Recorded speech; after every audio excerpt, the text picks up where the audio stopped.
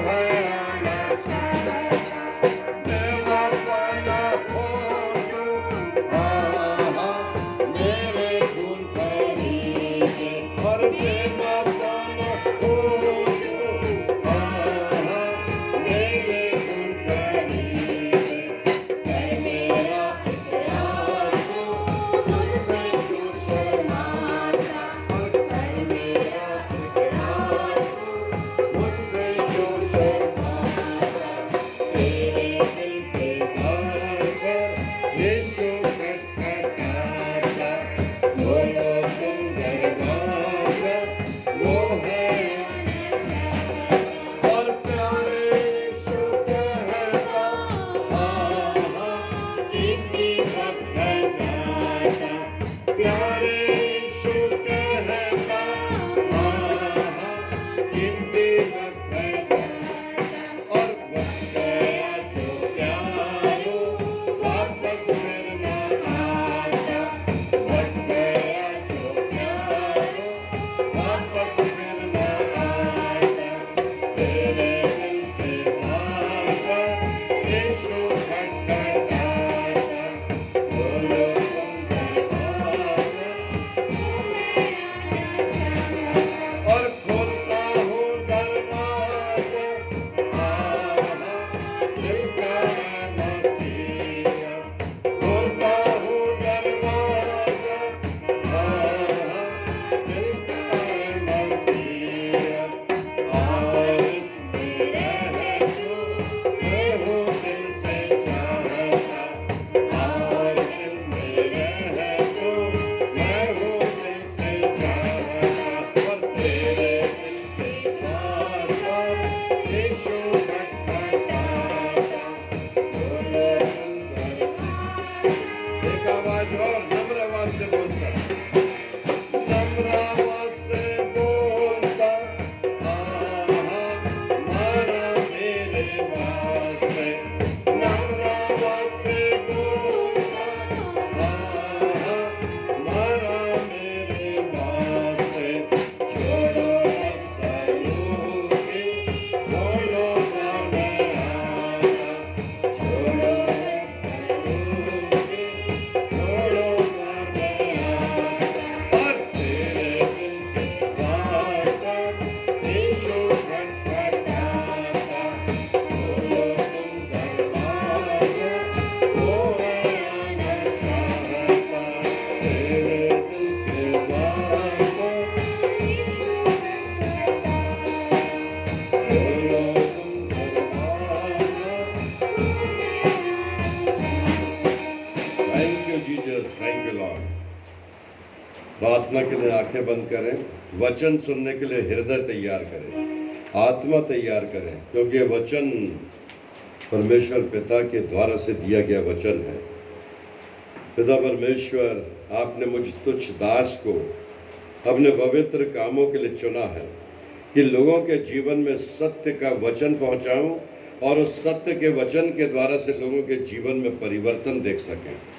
प्यारे पिता परमेश्वर, इन कठिन दिनों में आपने इस देश को और हमारे प्रदेश को और हमारे शहर को और हमारे लोगों को संभाले रखा है। प्यारे पिता परमेश्वर, हमारी विनती और प्रार्थना आपके साथ केवल इन्हीं बातों के साथ संबंध रख रही है कि इन दिनों की भयानक महामारी से छुटकारे के लिए और उस एंटीडोज के लिए जो इस कोरोना वायरस की तोड़ है, प्रभु आपसे विनती और प्रार्थना करते हैं। हमारे साइंटिस्ट, हमारे डॉक्टर्स, हमारे नर्सेज और वे सेवा करने वाले लोग और वो सारे विद्वान और वो सारे देश और सारे प्रधानमंत्री और प्रेसिडेंट और जितने भी नेता हैं, केवल एक ही बात की कोशिश में है प्यारे पिता, कि इस भयानक बीमारी से छुटकारा मिले। और हम छुटकारे के बहुत नज़दीक हैं। प्यारे पिता परमेश्वर, जीवन में उतार और चढ़ाव, सुख और दुख तो आता है, लेकिन धन्यवाद देते हैं कि इस दुख की घड़ी में, सताव में, लॉकडाउन में और कठिन परिस्थिति में भी आपने लोगों का संबल बनाए रखा है कि लोग इस भयानक बीमारी को भगाने और छुटकारे के लिए, समाप्त करने के लिए लगातार आपसे विनती और प्रार्थना कर रहे हैं। ये विनती प्रार्थना यीशु मसीह के नाम से आपने सुना, इसके लिए धन्यवाद। मसीह यीशु के नाम से मांगते हैं, इसलिए सुनिए और दया से ग्रहण कीजिए। आमीन। आज का मेरा आपके साथ जो बातचीत करने का विषय है वो एक विषय है, प्रभु ने जब प्रभु यीशु मसीह के चेले प्रभु के पास गए तो उन्होंने कहा कि प्रभु, यूहन्ना जो आपके आगे आया, जो अग्रदूत होकर के आया, उसने अपने चेलों को प्रार्थना करना सिखाया और वो प्रार्थना करते हैं और प्रार्थना करके परमेश्वर पिता से बातचीत करते हैं। हम भी चाहते हैं कि प्रभु हम ऐसी ही प्रार्थना करें और प्रार्थना करना हमें सिखाइए। प्रभु यीशु मसीह ने उन्हें लॉर्ड्स प्रेयर सिखाया, प्रभु की प्रार्थना सिखाई, जिसे हम मसीह लोग कलीसिया में याद करके प्रभु की प्रार्थना जरूर कहते हैं। और उस प्रभु की प्रार्थना में दो बातें थी कि आपका राज्य आवे और आपकी इच्छा पूरी हो, जैसे संसार में, जैसे पृथ्वी पर, जैसे पर स्वर्ग में आपकी पूरी होती इच्छा, वैसे पृथ्वी पर हमारे बीच में भी पूरी हो। Your will complete in our amongst us, आपकी इच्छा हमारे जीवन में पूरी हो। प्रभु में प्रिय विश्वासियों, इसी विश्वास के साथ, इसी विषय के साथ कि प्रभु की इच्छा को जानना और द विल ऑफ गॉड, परमेश्वर की इच्छा के अनुसार अपने जीवन को व्यतीत करने की कोशिश करना। मैं आपसे मंगलवार को बातचीत कर रहा था कि जब शामुएल को परमेश्वर पिता की आवाज़ आई और लेवी जो उसके पास ही सो रहे थे, जब शामुएल ने सुना शामुएल शामुएल, तो वो नहीं समझ पाया कि कौन पुकार रहा है। लेकिन दूसरी बार आवाज़ आई, दूसरी बार जब आवाज़ आई तो उसने लेवी से पूछा कि क्या आपने मुझे बुलाया? उन्होंने कहा कि नहीं, मैंने आपको नहीं बुलाया। उन्होंने तुरंत समझ के कहा कि जरूर परमेश्वर की आवाज़ है जो शामुएल को सुनाई दे रही है। तो शामुएल से उन्होंने कहा कि एक काम करना कि जब अब आवाज़ आए तो कहना, हे परमेश्वर, हे पिता, मैं सुन रहा हूँ। प्रभु में प्रिय विश्वास, द विल ऑफ गॉड। और समय में लिखा है, भविष्यवक्ताओं ने लिखा कि तत्कालिक समय में, शामुएल के समय में, मैसेंजर्स या परमेश्वर का संदेश देने वाले लोगों की बहुत ज़्यादा कमी थी। मैसेंजर्स की बहुत ज़्यादा कमी थी। बड़े गिने चुने संदेश लोगों के पास परमेश्वर के पहुंचते थे। आज जब मैं आपसे बातचीत कर रहा हूँ, your will, the will of God, परमेश्वर की इच्छा हमारे बीच में पूरी हो। परमेश्वर का वचन जो हमको मिलता है, 3 विषय जिसके साथ मैं आपके साथ बातचीत करूंगा। Good and acceptable, the will of God is the good and acceptable, ग्रहण ये करने योग्य, प्लीजिंग एंड ब्लेसड, वो हमारे जीवन में प्लीज करने वाली, रक्षा करने वाली, दया करने वाली, और अनुग्रह में ब्लेसड, आशीषित परमेश्वर की will. Perfect and sacrificial, the will of God, पूरी रीति से संपूर्ण और पूरी रीति से त्याग के साथ परमेश्वर की इच्छा। रोमियो की पत्री, उसका 12वां अध्याय और उसकी दूसरी आयत में ऐसा लिखा है, रोमियो 12 उसका दूसरा पद, इस संसार के अनुरूप ना बनो, परंतु हम अपने मन के नए हो जाने से तुम परिवर्तित हो जाओ और परमेश्वर की भली, ग्रहण योग्य और सिद्ध इच्छा को तुम अनुभव से मालूम करते रहो। परमेश्वर अपने वचन के पढ़े और सुने जाने पर हमें आशीष दे। मेरे मुख के बोल और मेरे परमेश्वर, मेरे विचार परमेश्वर की वेदी पर अनुग्रह से ग्रहण की जा सके। आमीन। पौलुस ने रोम की मंडली को इस बात को लिखा कि संसार के अनुरूप ना बनो। संसार के अनुरूप ना बनने का तात्पर्य कि सांसारिक आकर्षण और सांसारिक प्रलोभन और सांसारिक बातों के सदृश नहीं बनना। इट मीन्स स्पिरिचुअल, आध्यात्मिक और सांसारिक बातों से हटकर। ये जो युग है प्यारे मित्रों, ये बड़ा कष्टदायक युग है। ये एक ऐसा युग है जिसको कोई कलयुग कह रहे हैं, और कोई ऐसा कह रहे हैं कि ये जो युग है, चाहे इसमें धार्मिक हो, चाहे राजनीतिक हो, चाहे सामाजिक हो, चाहे आर्थिक हो, चाहे किसी भी प्रकार का विश्लेषण हो, वो सदा आलोचनात्मक बातों का सामना करते हुए हर एक परिस्थिति में मनुष्य को जीवन यापन करना है। मतलब सबसे बुरा समय का युग है ये, जिसमें आप कितने भी अच्छे काम कर लें, आप कितनी भी अच्छी बातें बोल लें, आपका बातों का विश्लेषण करने वाले, आपकी बातों की आलोचना करने वाले, आपके जीवन का विरोध करने वाले, तमाम बातों में कहीं ना कहीं आपका विरोध वहाँ पर होगा ही। और वो परिस्थिति मैंने कहा ना, चाहे राजनीतिक हो, चाहे धार्मिक हो, चाहे सामाजिक हो, चाहे आर्थिक हो, चाहे हमारे जीवन की किसी भी बात से संबंध रखती हो, इस युग के लोग पहले के युग के लोगों से कुछ अलग हट करके बड़े चतुर हैं, बड़े कुटिल हैं, बड़े असंयत है, और कई प्रकार की बुराइयां हैं जो मनुष्य के जीवन में इतना नैतिक पतन कर चुकी है कि वो अच्छा देखता तो है लेकिन अच्छा सोच नहीं पाता। वो अच्छे कामों को होता हुआ देखता तो है, थोड़ी देर एप्रिशिएट तो करता है, पर वैसा अनुकरण नहीं कर पाता। इसलिए परमेश्वर का वचन यहाँ लिख रहा है, जिसके साथ मैं आपके साथ जो बातचीत कर रहा हूँ, your will be done in this world. आपकी इच्छा जैसे स्वर्ग में पूरी होती है, हे परमेश्वर हमारे बीच में भी पूरी हो। और तब पौलुस ने जिस बात को लिखा, परंतु अपने मन के नए हो जाने से, हमारा मन नया कब हो सकता है? जब हम निर्णय लें, जब हम परमेश्वर के पुत्र प्रभु यीशु मसीह के समान बनने की कोशिश करें, उसके शिक्षाओं का पालन करते हुए, पूरा नहीं लेकिन कदम ब कदम 5%, 10%, 15%, अगर 10% भी हमने कर लिया तो हम कोशिश करके परमेश्वर के पुत्र के तुल्य के समान अच्छे काम करने के लिए आगे बढ़ सकते हैं। इस संसार में हमारे मन के नए हो जाने के कारण से परमेश्वर का वचन कह रहा है, तो आओ परमेश्वर की भली, ग्रहण योग्य और सिद्ध इच्छा, द गुड थिंग्स, अच्छी बातें, प्रेम हमारे हृदय में जब आता है, प्रेम हमारे परिवार में जब आता है, प्रेम जब समाज में आता है, प्रेम जब राष्ट्र के निर्माण में आता है, तो वो सब बातें सह लेता है, सब बातों की प्रतीति करता है, सब बातों के लिए अपने आप को तैयार करता है और परमेश्वर की इच्छा को जानने की कोशिश करता है।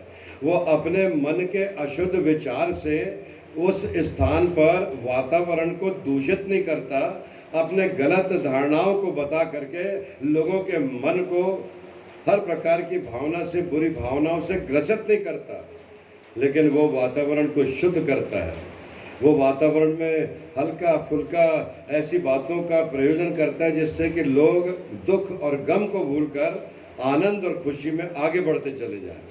अगर इस दुख और गम में कि कोरोना वायरस का प्रभाव हमारे जीवन में आगे जाके कैसा होगा, हमारे परिवार के ऊपर कैसा होगा, हमारे राष्ट्र के ऊपर कैसा होगा, आर्थिक स्थिति के ऊपर कैसा होगा, अगर ये सोच करके ही अगर हम अपने घर में कैद होकर के अगर मर जाएं, अगर हम अपने आप को कमज़ोर कर लें, तो किसी का लाभ नहीं होगा प्यारे मित्र। लेकिन परमेश्वर का वचन आपसे कि your will be done in this world, आपकी इच्छा जैसे स्वर्ग में पूरी होती है वैसे पृथ्वी पर भी पूरी हो।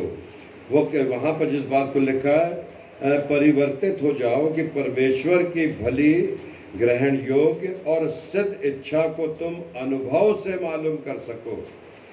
ये अनुभव एक अलहदा अनुभव है, एक अलग प्रकार का अनुभव है, जिसके लिए ना आप तैयार थे, ना मैं तैयार था, ना समाज तैयार था, ना देश तैयार था, ना पूरा विश्व तैयार था।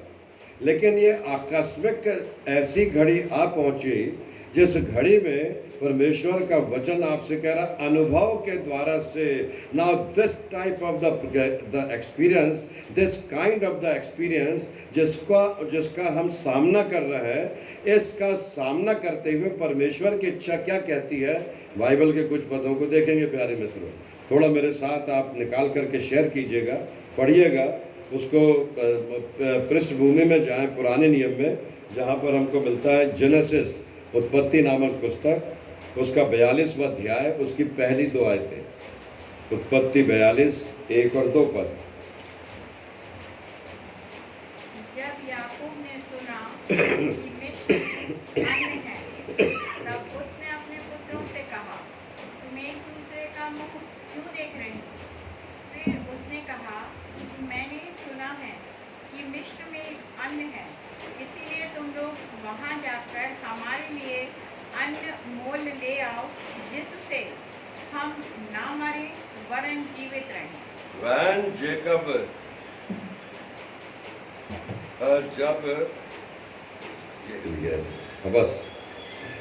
जब याकूब ने सुना कि मिस्र में अन्न की भरपूरी है, तो अपने बच्चों से, बेटों से, अपने 10 बेटों से, उसके 11 बेटे थे, उसमें से एक की मृत्यु हो गई थी ऐसा पता था, लेकिन 10 बेटों से पिता ने कहा कि जाओ और जाकर के वहाँ से जाकर के अन्न लेकर के आओ, कि हम इस अकाल की घड़ी में, इस बुरे समय में हम बच जाएं। उसका 9वां पद पढ़िएगा, 8वां पद पढ़िएगा, 8वां। यूसुफ ने अपने भाइयों को पहचान लिया, परंतु उन्होंने उसको ना पहचाना। तब यूसुफ अपने उन स्वप्नों को स्मरण करके, बस यूसुफ ने जब इन भाइयों को देखा कि ये भाई अपने पिता की आज्ञा को मान करके इस मिस्र में आए हैं, और मिस्र में इन्हीं का भाई उस स्थान पर विराजमान था जिसके हाथों में पूरी सत्ता थी, उसके हाथों में पूरा साम्राज्य था, उसके हाथों में राजा ने उस अन्न को डिस्ट्रीब्यूशन का चार्ज दे दिया था। प्यारे मित्रों, उत्पत्ति की पुस्तक उसका 45वां अध्याय, उसकी 8वीं आयत पढ़ेंगे।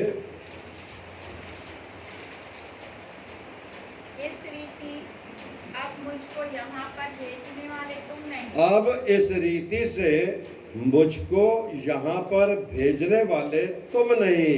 याकूब को अपने पुत्रों को बोला कि जाओ और जाकर के अपने मिस्र से जाकर के अन्न खरीद के लाओ। ये जो इच्छा थी प्यारे मित्रों, ये परमेश्वर की ओर से थी। क्या लिखा वहाँ पर, उसी वाक्य को पढ़िए जोर से।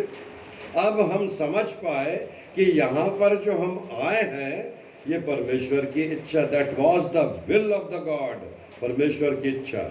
एक और पद देखेंगे, 46वां अध्याय 3 और 4 आयत, जेनेसिस उत्पत्ति 46 3 और 4 पद। उसने कहा, मैं परमेश्वर हूँ। उसने कहा कि आई एम द गॉड, मैं परमेश्वर हूँ, तेरे पिता का परमेश्वर, तेरे पिता का परमेश्वर। तू मिस्र में जाने से मत डर, मिस्र में जाने से मत डर, this is the will of God, क्योंकि मैं तुझसे वहाँ एक बड़ी जाति बनाऊंगा। और तब परमेश्वर ने याकूब से कहा कि मैं तुझसे एक बहुत बड़ी जाति बनाऊंगा। प्यारे मित्रों, मैं तेरे ये इतिहास बदलने वाला था। ये परमेश्वर अपनी चुनी हुई जाति को इस संसार में स्थापित करने वाला था, और उस चुनी हुई जाति के द्वारा से परमेश्वर अपने अनुग्रह को बताने वाला था। इन दिनों में परसों एक खबर आई प्यारे मित्रों, कोरोना वायरस के एंटीडोज को ढूंढ लिया गया। यरूशलेम नगर जहाँ पर प्रभु यीशु मसीह का जन्म हुआ था, उससे 50 किलोमीटर दूर एक ऐसी लैब है, टेस्टिंग लैब है इजराइल की, जहाँ पर कोई परिंदा भी पर नहीं मार सकता।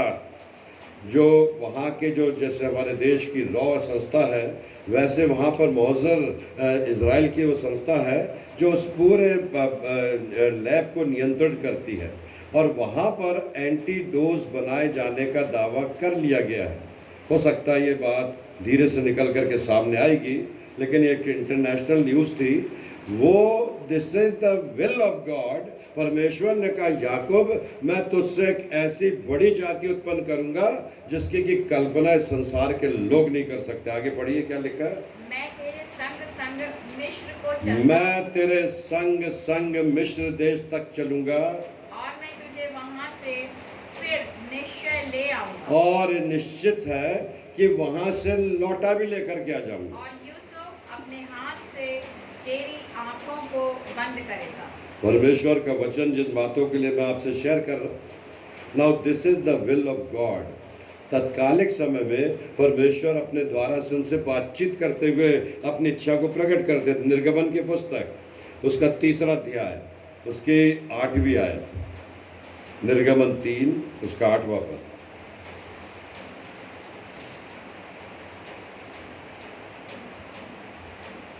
इसलिए अब मैं उत्तर हाँ। आया हूँ कि उन्हें मिस्रियों के बस से छुड़ाऊं और उस देश से निकालकर एक अच्छे और बड़े देश में जिसमें दूध और मधु की धारा बहती है, अर्थात कनानी, हित्ती, एमोरी।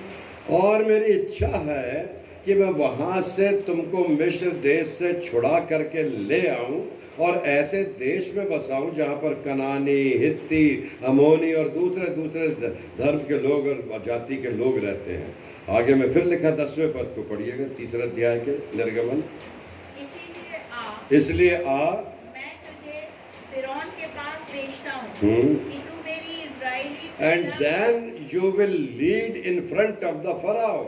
उस इजिप्ट के राजा, उस मिस्र देश की बंधुआई से मैं तुझको वहां पर भेजता हूँ। Now that was the will of God. ये परमेश्वर की इच्छा थी प्यारे मित्रों। मैं आपसे बातचीत कर रहा हूँ, आपका राज्य आवे और आपकी इच्छा जैसे स्वर्ग में पूरी होती है वैसे पृथ्वी पर हमारे बीच में भी पूरी हो। किनके बीच में? जो लोग प्रार्थना कर रहे हैं, जो लोग इस देश की खुशामदी चाहते हैं, जो लोग ये चाहते हैं कि पूरे देश के लोग, उसमें एक भी बच्चा, एक भी जवान, एक भी वृद्धजन, एक भी डॉक्टर, एक भी नर्स, एक भी व्यक्ति की हानि कोरोना वायरस से ना हो सके। इसी के 12वें अध्याय और उसकी 40वीं 41वीं आयत को पढ़ेंगे। निर्गमन 12, 40, 41। मिस्र में बसे हुए इजरायलियों को 430 वर्ष बीत गए थे और उन 430 वर्षों के 430 वर्ष इसराइलियों की बंधुआई में उनके बीत चुके थे। फिर क्या हुआ? और उन 430 वर्षों के बीतने पर ठीक उसी दिन यहोवा की सारी सेना मिस्र देश से ठीक उसी दिन द सेम डे परमेश्वर यहोवा की सारी सेना वहां से क्या करे? निकल गई। आगे एक और पढ़िए 41 पर। यहोवा इस्राएलियों को मिस्र देश से यहोवा इजराइलियों को मिस्र देश से निकाल करके निकाल लाया। बहुत साफ लिखा। एक और एग्जाम्पल, नंबर गिनती नामक पुस्तक उसका 13वां अध्याय उसकी 25वीं और 26वीं आयत को देखेंगे, जहाँ पर एक समय ऐसा आया जहाँ कादेश में, जहाँ पर जासूसों को भेजने की नौबत आई। इजराइलियों की सुरक्षा के लिए, इजराइलियों की सुरक्षा के साथ साथ दूसरे लोगों की सेना का सामना करने के लिए परमेश्वर ने कुछ अलग प्रकार की इच्छा को प्रकट किया था। गिनती 13, 25, 26। 40 दिन के बाद 40 दिन के बाद वे उस देश का भेद लेकर लौट आए उस देश का भेद लेकर के लौट आए और पारान जंगल के हम्म। कादेश नामक स्थान में मूसा और हारून और इजराइलियों की सारी मंडली के पास पहुँचे और उनको और सारी मंडली को संदेशा दिया और उस देश के फल उनको दिखाए। और उन्होंने उस देश के फल दिखाया। चुपचाप गए थे, जासूसी करने गए थे, उस सेना का, उस नगर का वो निरीक्षण करने गए थे ताकि आकर के मोसेस को और उन लोगों को बता सके कि उनका सामना करना उचित है कि अनुचित है। अगर हम युद्ध करते हैं तो उसमें सफल हो पाएंगे कि नहीं हो पाएंगे। प्रभु में प्रिय विश्वासियों, टेस्टिंग जारी है। इंक्वायरी कमिटीज बैठ चुकी है। यूएनओ ने अलग अलग प्रकार से लोगों को नियुक्त कर दिया है कि उस देश से विशेष जानकारी लोगों लो कि कोरोना वायरस को जानबूझ करके छोड़ा गया है या किसी वैज्ञानिक की गलती से अचानक से वह छूट गया है।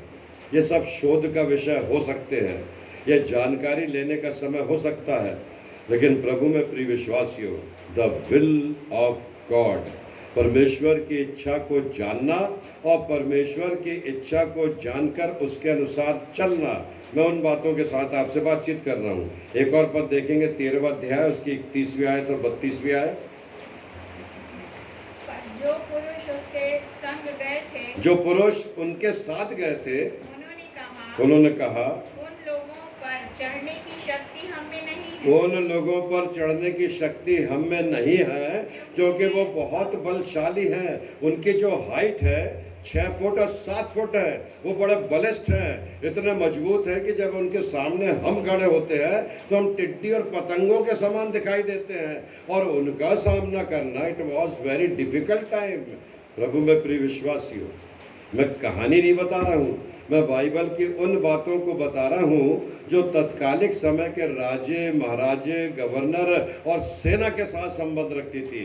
Before Christ, BC, before Christ and AD, after Christ. ये पहले की घटना है जो प्रभु यीशु मसीह के आने से पहले हो रही थी। आगे बढ़िए फिर से। क्योंकि वे हमसे बलवान हैं, वे हमसे बलवान है, और उन्होंने इस्राएलियों के सामने हाँ। उस देश की जिसका भेद उन्होंने लिया था यह कहकर निंदा भी की, वह देश जिसका भेद लेने को हम गए थे ऐसा है जो अपने निवासियों को निगल जाता है। ऐसा देश है कि वो अपने निवासियों को ही निगल जाता है, वो उनके अपने खुद के लोगों का शोषण करता है, वो उनके जीवन की जो मानव अधिकार है उसका विरोध करता है। जो ऐसा व्यक्ति है, जो ऐसा प्रशासन है, वो दूसरों की क्या सुधि लेगा? अगर हम उनसे युद्ध करने जाएंगे तो वो बलशाली लोग हमारे लिए बड़ा हानि का कारण बनेंगे। 38वां पद पढ़िएगा 14वें अध्याय का 38 वर्ष। हाँ पढ़िए। देश का भेद लेने वाले, परंतु देश का भेद लेने वाले पुरुषों में से हाँ नून का पुत्र यहोशू, नून का पुत्र, द पर्टिकुलर पर्सन, हाँ नून का पुत्र यहोशू और यपुन्ने का पुत्र कालेब दोनों जीवित रहे। ये दोनों जीवित रहे। सारे जितने जासूस गए थे, जितने लोग गए थे, वो सब मार दिए गए। आगे फिर देखिएगा, नंबर गिनती नामक पुस्तक, उसका 22वां अध्याय, उसकी 4थी और 5वीं आयत पढ़ेंगे कोई भी। तब मोआबियों ने मिद्यानी पुरनियों से कहा, तब मोआबियों ने मिद्यानियों पुरनियों से कहा, अब वह दल हमारे चारों ओर के सब लोगों को ऐसा चट कर जाएगा जिस तरह बैल खेत की हरी घास को चट ऐसा कर जाता डर, है। ऐसा भय हो गया है, जैसा नाश कर जाएगा। जैसे बैल हरी हरी चराइयों में जब जाते हैं तो पूरे खेत को साफ कर जाते हैं। 5वां पद। उस समय सिप्पोर का पुत्र बालाक मोआब का राजा था, उस समय सिप्पोर का पुत्र बालाक मोआब का राजा था, और इसने पतोर नगर को, हाँ। जो महानद के तट पर हाँ। बोर के पुत्र बिलाम के जाति भाइयों की भूमि थी, वहाँ बिलाम के पास दूत भेजे, और वहां पर बिलाम के पास ही वॉज द प्रॉफिट। कोई दूसरा पढ़ेगा इसके बाद में 9वां और 10वां पद उसको पूरा नहीं पढ़ा। पढ़ो। हाँ। तो बिलाम के पास दूत भेजे हाँ। कि वे यह कहकर उसे बुला लाएं, सुन, एक दल मिस्र से निकल आया है और भूमि उनसे ढक गई है, और अब वे मेरे सामने ही आकर बस एक दल बड़ी शक्ति से वहां निकल के आ गया और भूमि उनसे ढक गई है। मतलब इतनी बड़ी सेना है, इतने लोग हैं कि वो पूरे की पूरे वहां पर छा गए हैं। आगे पढ़िए। तब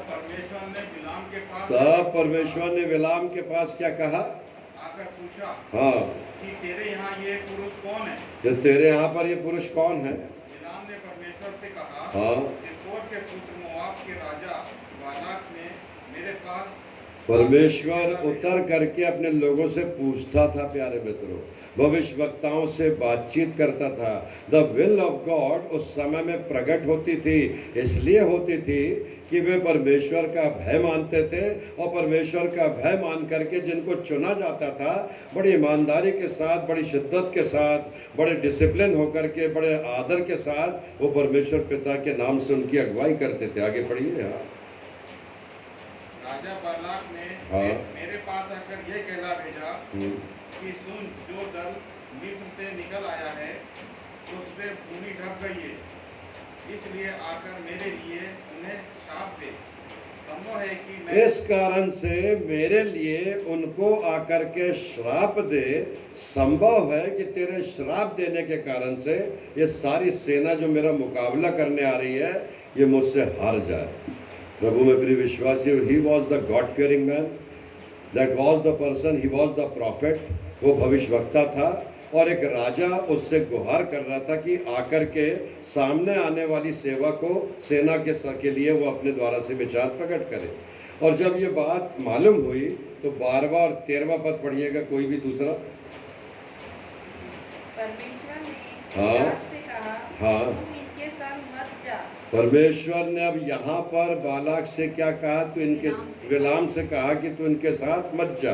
हाँ, उन लोगों को शाप मत दे। उन लोगों को श्राप मत दे। जैसा राजा चाह रहा, बालाक चाह रहा है, तू वैसा मत करना भाई। तू जाकर के उस राजा के कहने से श्राप मत देना।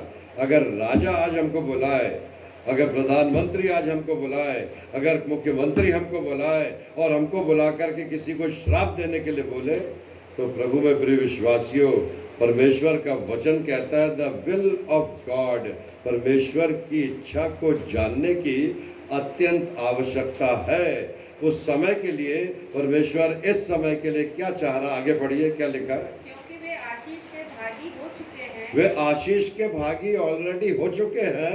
मैंने जो उन्हें देना था दे चुका। अब वो सामने वाले साम्राज्य को भी लेकर के उस पर चढ़ाई करना चाह रहे हैं और उसको नाश करना चाह रहे हैं। उनका अधिकार उनसे छीनना चाह रहे हैं। इसलिए परमेश्वर ने क्या कहा? हाँ, भोर को बिलाम ने उठकर बालक के हाकिमों से कहा, भोर को बिलाम ने उठ करके कहा, भाई मुझे परमेश्वर ने रात को दर्शन में कह दे के कहा है कि तू सब करना, लेकिन बालाक के अनुसार जाकर के उन लोगों को श्राप देने का काम नहीं करना, इसलिए मैं नहीं आ पाऊंगा। आगे बढ़िए। तुम अपने देश को चले तुम जाओ, अपने देश को लौट जाओ, क्योंकि यहोवा मुझे तुम्हारे साथ जाने की आज्ञा नहीं परमेश्वर यहोवा नहीं चाहता कि मैं उस नगर में आऊं और आकर के सामने वालों को श्राप दूं। पढ़िए, हो गया। 19वां और 20वां पद पढ़िए। इसीलिए अब तुम लोग आज रात को यहीं टिक रहो, ताकि मैं जान लूं कि यहोवा मुझसे और क्या कहता है। एक बार और कहा, तुम लोग यहीं टिक जाओ और रुक करके देखो, हो सकता है यहोवा का इरादा बदल जाए। परमेश्वर की इच्छा को एक बार फिर इस रात्रि में मैं जानने की कोशिश करूंगा। मैं आपसे बातचीत कर रहा हूं प्यारे मित्रों, आपकी इच्छा जैसे स्वर्ग में पूरी होती है वैसे हमारे बीच में भी पूरी हो। आगे बढ़िए। परमेश्वर ने रात को हाँ। बिलाम के पास आकर कहा, यदि वे पुरुष तुझे बुलाने आए हैं तो तू उठकर उनके संग जा, हाँ, परंतु जो बात मैं तुझसे कहूँ उसी के अनुसार कर। परमेश्वर ने रात को फिर कहा, तेरे को बार बार बुला रहे हैं, मैंने रोका मत जाना, लेकिन अब कह रहा हूं कि जा। वो कह रहे हैं कि बुला रहे हैं तो जा भाई जा, लेकिन उनकी इच्छा के अनुसार कोई बात मत कहना। मैं नहीं चाहता कि तेरे मुंह से श्राप निकले और सामने वाली सेना को नाश कर दिया जाए। प्रभु में प्रिय विश्वासियों, कठिन घड़ी में और बुरी अवस्था में, बीमारी के समय में, और जब झंझावतें और समस्याएं और संघर्ष का जीवन हमारे ऊपर आता है तो हम झुंझला करके कुड़कुड़ा करके क्या करने लगते हैं? श्राप देने लगते हैं। बिना विल ऑफ गॉड को जाने, बिना परमेश्वर की इच्छा को जाने दूसरों के प्रति हानि की बातें सोचने लगते हैं और उनके लिए श्राप देने लगते हैं कि देखना ईश्वर उनके साथ भी ऐसा ही करेगा, देखना ईश्वर उनके बच्चों के साथ भी ऐसा ही करेगा, देखना ईश्वर उनके परिवार में इस प्रकार की समस्याओं को जरूर ला देगा, क्योंकि वो नाना प्रकार की बातों से कोसने लगते हैं। प्यारे मित्रों, आगे पढ़िए 20वां पद तक। हो गया पूरा? हाँ बस, तो 22वां पद पढ़िए। और उसके जाने के कारण परमेश्वर का कोप भड़क उठा। और वहां पर जब बिलाम वहां से निकला तो परमेश्वर का क्रोध उसके ऊपर भड़क गया और यहोवा का दूत उसका विरोध करने के और यहोवा परमेश्वर का एक दूत उसका विरोध करने के लिए मार्ग रोक करके खड़ा हो गया। बिलाम एक गधी के ऊपर बैठ करके जा रहा था यहाँ से निकल के वहाँ तक, और जैसे वो मार्ग में पहुँचा तो एक दूत था जो सामने आकर के खड़ा हो गया। उसको गधी को तो वो दूत दिखाई दे रहा था प्यारे मित्रों, लेकिन बिलाम को ये दूत दिखाई नहीं दे रहा था। यहाँ पर एक बात का परिवर्तन था। रात को परमेश्वर बिलाम से बातचीत तो कर रहा था, लेकिन बिलाम की आंखें परमेश्वर ने कुछ बातों के लिए बंद कर दी थी। क्यों? क्योंकि द विल ऑफ गॉड के अनुसार बिलाम नहीं करना चाह रहा था। वो बालाक को प्रसन्न करना चाह रहा था। बालाक एक राजा था, एक समृद्ध व्यक्ति था, और उस साम्राज्य में बिलाम को आदर और सम्मान मिलने वाला था। प्रभु में प्रिय विश्वास, परमेश्वर के भक्त और परमेश्वर के लोग मुंह देखा काम नहीं करते। परमेश्वर के लोग, परमेश्वर के भक्त लोग परमेश्वर की इच्छा को जानकर उसकी इच्छा के अनुसार काम करने की कोशिश करते हैं। आगे पढ़िए, क्या हुआ? वह अपनी गधी पर सवार होकर जा रहा था और उसके संग उसके दो सेवक भी थे। दो सेवक भी थे। 25वां पद पढ़िए। यहोवा ने दूत को देखकर गधी यहोवा के दूत को देखकर गधी ने क्या करा? दीवार से ऐसी सट गई, दीवार से ऐसी सट गई कि बिलाम का पांव दीवार और गधी के बीच में जाकर के दब गया। आगे पढ़िए। तब उसने उसको फिर मारा।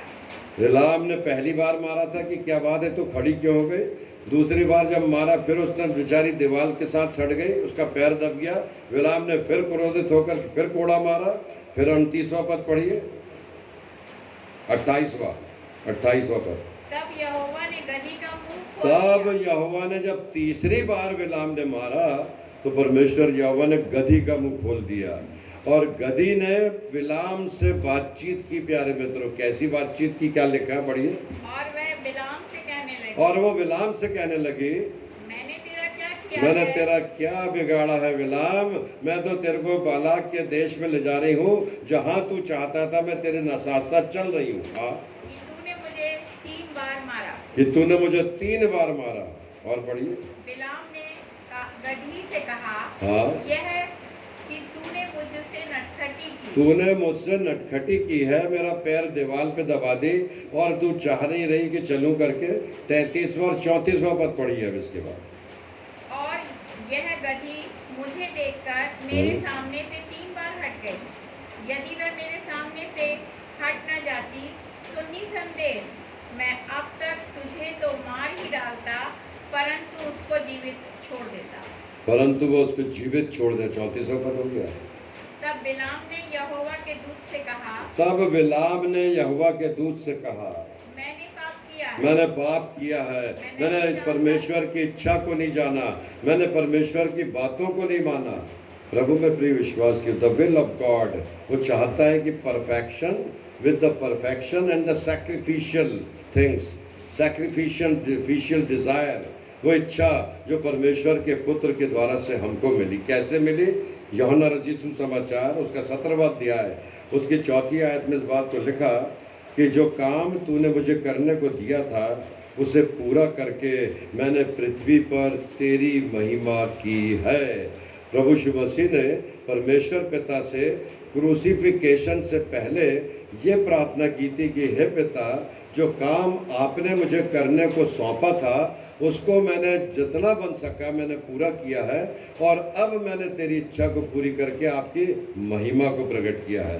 प्रत्येक जीवन के लिए परमेश्वर की एक योजना है। Everybody is having the planning from the lord. हर एक व्यक्ति के जीवन के लिए परमेश्वर की योजना है। प्यारे मित्रों, हम मसीह लोग इन दिनों में केवल एक ही बात कर रहे हैं कि प्रभु इस राष्ट्र को और पूरे जगत को इस भयानक बीमारी से छुटकारा दे। लोग सत्य को पहचाने और सत्य को पहचान करके उसमें आगे बढ़े। पौलुस ने इफिसियों की मंडली को लिखा, इफिसियों की पत्री उसका 2 अध्याय उसकी 10वीं आयत में, क्योंकि हम उसके बनाए हुए हैं और मसीह यीशु में उन भले कामों के लिए सृजे गए हैं जिन्हें परमेश्वर ने पहले से हमारे लिए तैयार किया है। आपकी और मेरी उत्पत्ति और सृष्टि इसलिए की गई है कि पहले से ही परमेश्वर ने आपको और मुझको इन बातों का सामना करने के लिए तैयार कर दिया है। एक बार जब भीड़ भूखी थी तो उस भूखी भीड़ को देख करके प्रभु यीशु मसीह ने कहा अपने चेलों से कि मैं चाहता हूँ कि यह जो भीड़ भूखी है इनका भोजन के द्वारा से मैं पेट भरूं। फिलिपुस ने कहा प्रभु 200 दिनार की रोटी भी यहाँ पर पूरी नहीं होगी। प्रभु ने कहा कि नहीं, मैं चाहता हूँ कि मैं कुछ करूँ, लेकिन फिलिपुस एक बात सुन, जब तू पैदा भी नहीं हुआ था, जब तू अंजीर के पेड़ के तले था, तब परमेश्वर ने तुझे एक विशेष काम के लिए चुन लिया है। प्रभु यीशु मसीह ने इस व्यक्ति को अपने चेला बनाने के लिए चुन लिया था। प्रभु में प्रिय विश्वासियों, द विल ऑफ गॉड, परमेश्वर ने आपको और मुझको किसी विशेष योजना के लिए चुना है, किसी विशेष काम के लिए चुना है, किसी विशेष गवाही के लिए चुना है, किसी विशेष प्रार्थना के लिए चुना है, किसी विशेष प्रार्थना के साथ विनती करने के साथ लोगों की भलाई करने के लिए चुना है। इब्रानियों की पत्री उसका 12वां अध्याय उसकी पहली आयत में परमेश्वर का वचन लिखा है, वह दौड़ जिसमें हमें दौड़ना है धीरज के साथ दौड़े।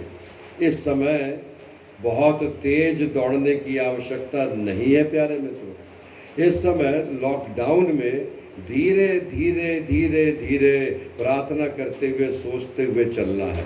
बहुत तेज चलेंगे, गति में चलेंगे, घर से निकलेंगे, शासन का विरोध करेंगे, पुलिस का विरोध करेंगे, निश्चित है कि हम उस दौड़ में पराजित हो जाएंगे, उस दौड़ में हम जीतेंगे नहीं।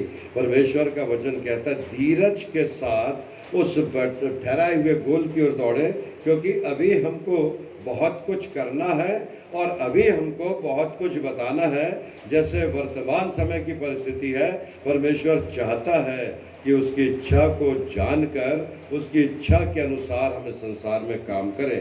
परमेश्वर का एक और वचन दाऊद राजा ने अपने भजन में लिखा, भजन संहिता की पुस्तक उसका 32वां अध्याय और उसकी 8वीं आयत में, कि मैं तुझे बुद्धि दूंगा और जिस मार्ग पर तुझे चलना होगा उसमें तेरी अगुवाई करूंगा।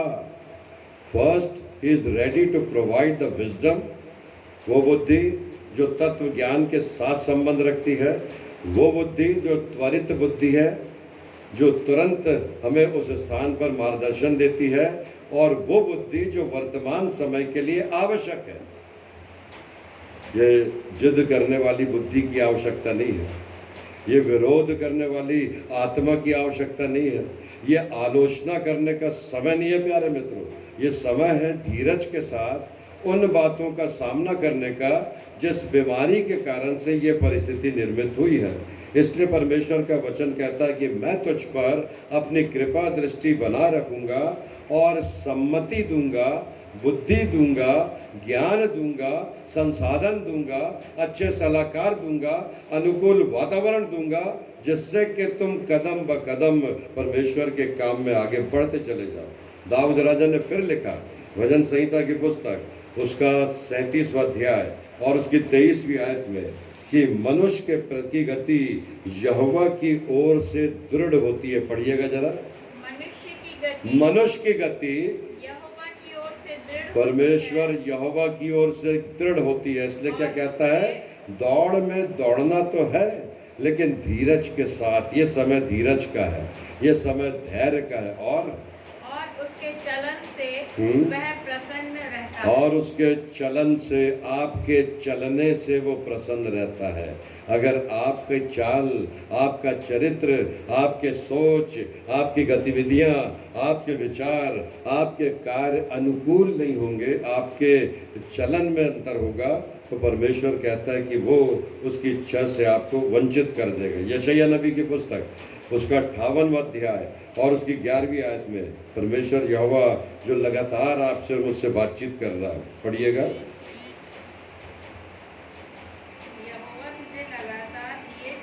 यहोवा तुझे लगातार लिए चलेगा, continuity. Is ready to lead you, is ready to protect you, is ready to guide you, is ready to provide you the wisdom. वर्तमान समय के लिए बुद्धि, आलोचनात्मक बुद्धि नहीं, क्रिटिकल बुद्धि नहीं प्यारे मित्रों, कि केवल आलोचना आलोचना और आलोचना। ये समय विरोध का नहीं है, ये समय बड़े धैर्य के साथ इच्छा को जानने का है। तत्कालिक समय में तो उसकी इच्छा को जानना बड़ा कठिन था, लेकिन वर्तमान समय में वो आज हमसे वचन के द्वारा से, परिस्थितियों के द्वारा से, परमेश्वर के दासों के द्वारा से, प्रार्थना करने वाले लोगों के द्वारा से, व्हाट्सएप पर मैसेज भेजने वाले लोगों के द्वारा वचन दे रहा है, ज्ञान दे रहा है, अगुवाई कर रहा है, विजडम दे रहा है। एक और पद हम देखेंगे, यशायाह नबी की पुस्तक उसका 30वां अध्याय और उसकी 21वीं आयत। परमेश्वर की योजना बहुत ही निश्चित और विशिष्ट है। द परफेक्शन है, बहुत ही संतुलित है। पढ़िएगा 30-21। जब कभी तुम दाहिनी जब कभी तो दाहिनी या बाईं ओर मुड़ने लगे, तब तुम्हारे पीछे से ये वचन तुम्हारे कानों पर पहुंचे कि मार्ग यही है, सत्य यही है और जीवन यही है, इसी पर चलो। सकरा है वो फाटक और सकरा है वो मार्ग जिससे बहुत थोड़े लोग पहुंचते हैं, चौड़ा है वो फाटक और चौड़ा है वो मार्ग जिससे बहुत बड़ी भीड़ जाती है। परमेश्वर अपनी इच्छा को आपके और मेरे द्वारा से प्रकट कर रहा है कि उसकी इच्छा को पहचान करके हम उसके साथ आगे बढ़े। भजन संहिता 143, दाऊद राजा लगातार अपने भजन में लिख रहा, 143 वर्स 8, जिस मार्ग से मुझे चलना है, हे पिता परमेश्वर उसमें मुझे चला। जिस मार्ग पर मुझे चलना है, हे पिता परमेश्वर, आपकी और मेरी यह प्रार्थना हो कि हमें उस मार्ग पर चलने की परमेश्वर यहोवा हमको क्या करे, अगुवाई दे। एक और पद हम देखेंगे, परमेश्वर की योजना प्रत्येक जीवन के लिए बहुत ही ज़्यादा महत्वपूर्ण है और बहुत ही ज़्यादा बहुमूल्य है। एवरीबडी, हर एक जीवन, केवल क्रिश्चियन लोगों के लिए नहीं प्यारे मित्रों, कि मसीह लोगों के बीच में मैं प्रचार कर रहा हूँ। एवरीबडी, जो इस संसार का व्यक्ति है, परमेश्वर की योजना उसके जीवन के लिए बहुत स्पष्ट है। यिर्मयाह नबी की पुस्तक उसका 10वां अध्याय और उसकी 23वीं आयत।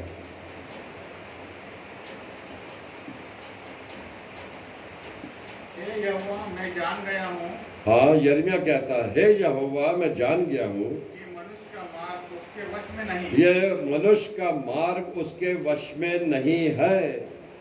मनुष्य तो है, हाँ, परंतु उसके डर उसके अधीन नहीं है। वो चलता जब है, उसके डग उसके अधीन, उसके नियंत्रण में नहीं है। मनुष्य चल तो रहा है लेकिन अनियंत्रित है, शैतान की शक्ति के द्वारा से चलाया चल रहा है। नैतिक पतन इतना हो चुका है कि अच्छी बातें देखते हुए भी वो नहीं देख पा रहे हैं।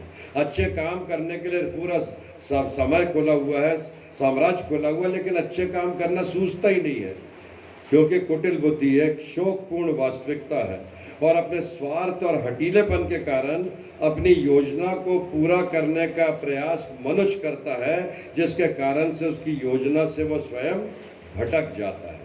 जो बड़ी शोकपूर्ण बात है, बड़ी दुख की बात है कि मनुष्य इस प्रकार के घिनौने काम करता है। परमेश्वर की योजना में सदा कुछ विशिष्टताएं सम्मिलित होती है, जिसको हम देख लेंगे। पहला थिस्सलुनीके की पत्री उसका 4वां अध्याय उसकी 3री आयत। पहला थिस्सलुनीके 4 उसका 3रा पद। क्योंकि परमेश्वर की इच्छा यह है कि तुम पवित्र बनो। परमेश्वर की इच्छा, द विल ऑफ गॉड, सबसे पहली बात है कि we should be holy like the Lord Jesus Christ. हम पवित्र बने। हम पवित्र नहीं, अर्थात व्यभिचार से बचे रहो, लुचपन से बचे रहो, बुराइयों से बचे रहो, घूस लेने से बचे रहो, हाँ को हाँ कहो, नहीं को नहीं कहो, और तमाम उन बातों में जो सच्ची बातें हैं परमेश्वर के वचन में जो पाई जाती, वहाँ पर लिखा उसकी इच्छा पर बने रहना। हम उसके समान बने, प्रार्थना और धन्यवाद में सदा उसके साथ आगे बढ़ते चले जाएं। अंतिम बात, पहला थिस्सलुनीके 5, 17 और 18 पर आपको और मुझको जो सबसे बड़ी शिक्षा है, उसकी इच्छा को जानने के लिए क्या है, वो क्या लिखा है? निरंतर प्रार्थना में लगे रहो, हर बात में धन्यवाद करो, क्योंकि तुम्हारे लिए प्रभु यीशु मसीह परमेश्वर की बड़ी इच्छा, परमेश्वर की यही इच्छा है कि प्रार्थना में लगे रहो और परमेश्वर की इच्छा को जानने की कोशिश करो। हर बात के लिए धन्यवाद दो, भले काम करने में सदा परमेश्वर की इच्छा को जानने की कोशिश करो। पहला पत्रस 2:15 में लिखा है, क्योंकि परमेश्वर की इच्छा यह है कि तुम भले काम करने से निर्बुद्धि लोगों की अज्ञानता की बातों को बंद कर दो।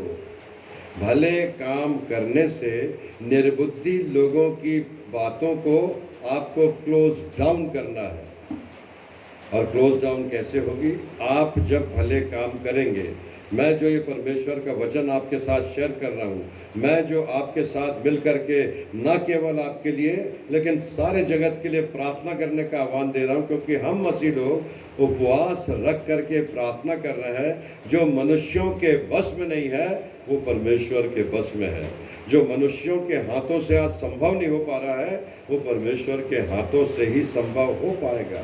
मैंने कल आपसे बोला था मंगलवार को, धनंजय लकी रेड्डी जिन्होंने कि कैंसर में आह्वान किया प्रार्थना करने का। लगातार प्रार्थना हो रही प्यारे में, तो आप भी प्रार्थना करते रहिए कि परमेश्वर की इच्छा को हम जानकर परमेश्वर की इच्छा के साथ आगे बढ़ सकें।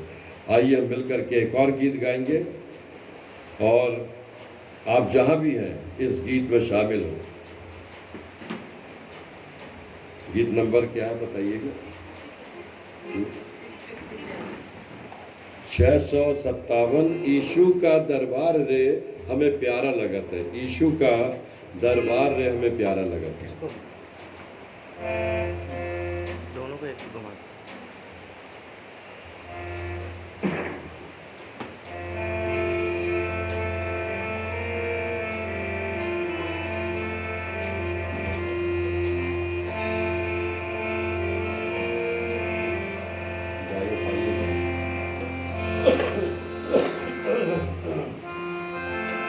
यीशु का दरबार में यीशु का दरबार हमें प्यारा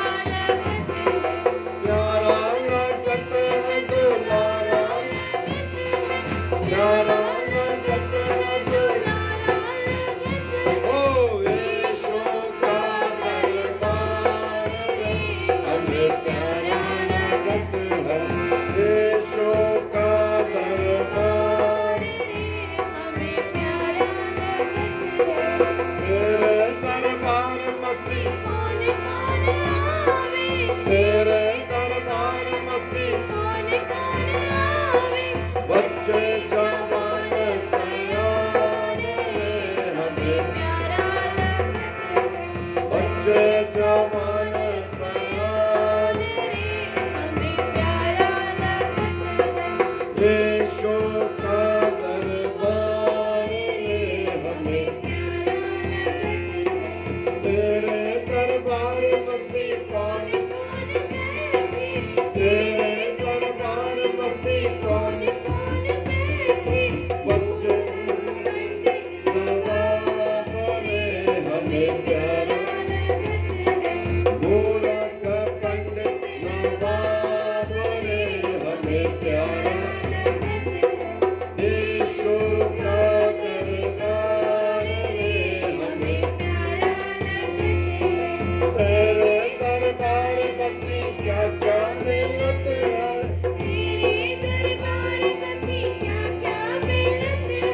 मुक्ति और शक्ति विश्वास रे हमें प्यारा लगत है। मुक्ति और शक्ति विश्वास रे हमें प्यारा लगत है। यीशु का दरबार रे हमें प्यारा, तेरे दरबार मसीह हम सब आवे, तेरे दरबार मसीह सुन लो मधु की पुकार रे हमें प्यारा लगत है। सुन लो प्रभु की पुकार रे हमें प्यारा लगत है यीशु का दरबार रे, हमें प्यारा लगत है यीशु का दरबार। धन्यवाद प्रभु, thank you Jesus, thank you lord. आइए प्रार्थना करेंगे। प्यारे पिता, धन्यवाद आपको, धन्यवाद आपको, केवल धन्यवाद आपको। आपकी इच्छा जानने के लिए अनुकूल वातावरण, स्थिरता और लॉकडाउन का ये बड़ा सुरक्षित और शांत समय प्रभु आपने हमें प्रदान किया है कि हम अपने घरों में एकांत कमरे में जाकर के घुटने टेक करके प्रभु आपसे विनती और प्रार्थना करने के लिए यथावत संभव समय प्रदान किया है। ना हमारे ऊपर कोई बोझ है, ना कोई चिंता है, ना नौकरी की, ना पेशे की, ना उद्योग की, ना धंधे की, ना यात्रा की, ना नाते रिश्तेदारों की, किसी की भी। सब अपने अपने यहाँ पर सुरक्षित हैं प्रभु। लेकिन अगर समय है तो आपकी इच्छा को जानने का हम कोशिश करें प्रभु कि आपकी इच्छा को इन दिनों में जान सकें। धन्यवाद देते हैं प्रभु, प्रार्थना करते हैं हर एक बीमार, हर एक रोगी, हर एक परेशान व्यक्तियों के लिए, हर एक उन प्रार्थना करने वाले लोगों के लिए जो घुटने टेक करके प्रभु लगातार आपसे विनती और प्रार्थना कर रहे हैं। कितने लोग हैं जो भूखे और प्यासे रह करके इस लॉकडाउन में प्रभु घुटने टेक करके प्रार्थना कर रहे हैं। लॉर्ड जीसस, आप उनकी प्रार्थना को सुन करके उत्तर दीजिए। जो एंटीडोज का हमें जो सूचना मिली है, वो प्रभु जगत के कोने कोने तक ये एंटीडोज पहुंचाया जा सके, ताकि इस भयानक बीमारी से छुटकारा मिल सके। प्यारे पिता परमेश्वर, जो मजदूर यात्रा कर रहे हैं वो सुरक्षित अपनी यात्रा पूरी करके अपनी मंजिल तक पहुँचे। जो लोग उन्हें धन दे रहे हैं, अन्न दे रहे हैं, भोजन दे रहे हैं, सुविधाएं दे रहे हैं, उनको अपरंपार आशीष दीजिएगा प्रभु। जो दुखियों की और लाचारों की सेवा इन दिनों में लोग कर रहे हैं प्रभु, आप स्वर्ग से उनके जीवन को देख रहे हैं प्रभु। हर भूखा बिना भोजन के न सोए प्रभु, सबको भोजन मिले, पानी मिले, सुरक्षा मिले। प्यारे पिता परमेश्वर, हमारे सैनिकों के लिए, हमारे पुलिस अधिकारियों और कर्मचारियों के लिए, हमारे डॉक्टर्स और नर्सेज और पैरामेडिकल क्षेत्र में काम करने वाले लोगों के लिए विनती प्रार्थना प्रभु, जान जोखिम में डाल करके प्रभु मरीजों की सेवा कर रहे हैं। प्यारे पिता परमेश्वर, आपका पवित्र लहू उनकी सुरक्षा करे, ताकि वो खुद बचे रहकर रोगियों को चंगाई दे सके और अपने परिवार की सुधि ले सके। प्यारे पिता परमेश्वर, हर एक बच्चा, हर एक जवान, हर एक कलीसिया, हर एक प्रार्थना करने वाले व्यक्ति, हर एक धर्म के अगुवे, हर एक समाज के अगुवे, हर एक नेता, हर एक अधिकारी, पिता परमेश्वर, राजनेता आपके द्वारा से संभाला जाए। हमारा देश दुनिया के लोगों के लिए यहाँ से दवाइयाँ भेज रहा है। ये धन्यवाद का विषय है कि प्रभु अमेरिका जैसे देश में यहाँ से दवाइयाँ भेजेंगी ताकि लोग चंगे किए जाएं। आज हम आपसे विनती और प्रार्थना करते हैं प्रभु, हमारी कलीसिया में श्रीमती अलेक्जेंडर के पिता को आपने अपने पास बुलाया प्रभु, उस शोकित घराने में अपनी शांति दीजिएगा। लॉकडाउन के कारण से अंत्येष्टि में लोग शामिल नहीं हो पाए प्रभु, आप उन्हें शांति दीजिएगा। हमारी विनती और प्रार्थना पिता परमेश्वर, हमारे कलीसिया की नर्सेस कोरोना वायरस वार्ड के प्रभारी हैं, सुल्तानिया में, हमीदिया में, जेपी अस्पताल में, एम्स में और प्राइवेट हॉस्पिटल में, जहाँ भी हैं उन्हें सुरक्षित रखिएगा। छिंदवाड़ा, बैतूल, सागर, शहडोल, छत्तीसगढ़, महाराष्ट्र, जहाँ भी हैं लोग प्रभु, आप उन्हें सुरक्षित रखिएगा। यीशु मसीह, हमारी विनती और प्रार्थना को सुनकर उत्तर देने के लिए आपको लाखों लाख धन्यवाद। ये विनती और प्रार्थना प्रभु यीशु मसीह के नाम से मांगते हैं, इसलिए सुनिए और दया से ग्रहण कीजिए, आमीन। सूचना है एक बार फिर से कलीसिया के लोगों को, आप जहाँ भी हैं सुरक्षित हैं, प्रभु आपको अपनी शांति में बनाए रखे। भाई सुबन सोना के जन्मदिवस के लिए आपको हार्दिक बधाई। श्रीमती अलेक्जेंडर के पिता के देहावसान के बाद उस शोकित घरानों में जितनों ने भी उनको अपने शोक संदेश भेजा है, मैं आपको धन्यवाद देता हूँ। हमारी कलीसिया में हम लोग रोज़ नहीं मिल पा रहे हैं, हम एक दूसरे से दूर हैं, लेकिन प्रार्थना में एक दूसरे के साथ बने हुए हैं। हमारी कलीसिया के बिशप महोदय और सभी पासवान जो अपने अपनी कलीसियाओं में अपनी सेवा दे रहे हैं, लगातार हमारे साथ प्रार्थना में बने हुए हैं। प्रार्थना कीजिए। बहुत से लोग हमसे अपेक्षा कर रहे हैं कि हम उन्हें अन्न और भोजन वस्तुएं प्रदान कर सकें। हमें संसाधनों की इस समय में कमी है, घटी है, और हम उन तक नहीं पहुंचा पा रहे हैं। प्रार्थना कीजिए कि हमारे पास संसाधन आए ताकि हम अन्न और ज़रूरी वस्तुएं लोगों को अपनी सेवा में दे सकें। मेरी विनती प्रार्थना है, लगातार प्रार्थना में बने रहिए। प्रभु आप सबों को बहुतायत से आशीष दे। प्रभु में यीशु सहाय। आप आइए हम प्रभु की प्रार्थना और आशीर्वाद के साथ समय समाप्त करेंगे। हे हमारे पिता, तू जो स्वर्ग में है, तेरा नाम पवित्र माना जाए, तेरा राज्य आवे, तेरी इच्छा जैसे स्वर्ग में पूरी होती है वैसे इस पृथ्वी पर भी पूरी हो। हमारे दिन भर की रोटी आज हमें दे, और जैसे हमने अपने अपराधियों को क्षमा किया वैसे ही हमारे अपराधों को क्षमा कर। हमें परीक्षा में न ला, परंतु बुराई से बचा, क्योंकि राज्य, पराक्रम और महिमा सदा तेरी है। आमीन। अब हमें हमारे उद्धारकर्ता, मुक्तिदाता प्रभु यीशु मसीह का अनुग्रह, परमेश्वर पिता का प्रेम और पवित्र आत्मा की सहभागिता हमें से हरेक के साथ अब से लेकर आपके दोबारा बादलों पर तक प्राप्त होती रहे। आमीन। आप सबों को जय मसीह की।